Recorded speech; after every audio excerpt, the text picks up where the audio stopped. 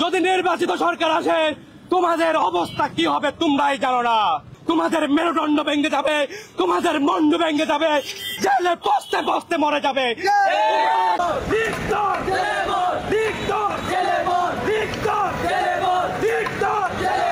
আজকের কর্মসূচি হাসিনার রায় হওয়ার কথা ছিল, সেই উপলক্ষে আওয়ামী লীগ আজকে প্রকাশ্যে দেশে নাশকতা করার হুমকি দিয়েছে।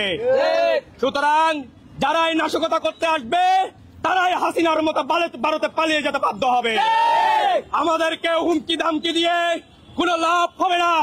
5 আগস্ট 36 জুলাই আমরা সেই সকালে মৃত্যুর মিছিলের জন্য বের হয়েছিলাম। সুতরাং যেহেতু হাসিনাকে পালাতে যেতে ব্যর্থ হয়েছে, সুতরাং তোমাদের মতো টুকাইরা আমাদেরকে হুমকি দামকি দিয়ে কোনো লাভ হবে না। যে দাঁত আবার তোমাদের গলাচ্ছে 15 মাস পরে, সেই দাঁত না ভেঙে আমরা তোমাদের মন্ডু ভেঙে দেব। যদি নির্বাচিত সরকার আসে তোমাদের অবস্থা কি হবে তোমরাই জানো না। শেখ হাসিনার 2000 খুনের পাপ তোমরা নিও না, 30,000 আহতের পাপ তোমরা নিও না। যদি সেই পাপের ভার তোমরা নিতে চাও তাহলে তোমরা সেই ভার সইতে পারবে না। তোমাদের মেরুদণ্ড ভেঙে যাবে, তোমাদের মন্ড ভেঙে যাবে, জেলে বসতে বসতে মরে যাবে।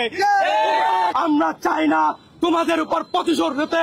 আমরা তোমাদেরকে ক্ষমা করে দিয়েছি। শেখ হাসিনার ভুলের কারণে আমি আমার ভাইয়ের রক্ত চাই না। শেখ হাসিনার ভুলের কারণে আমি আমার প্রতিবেশীর রক্ত চাই না।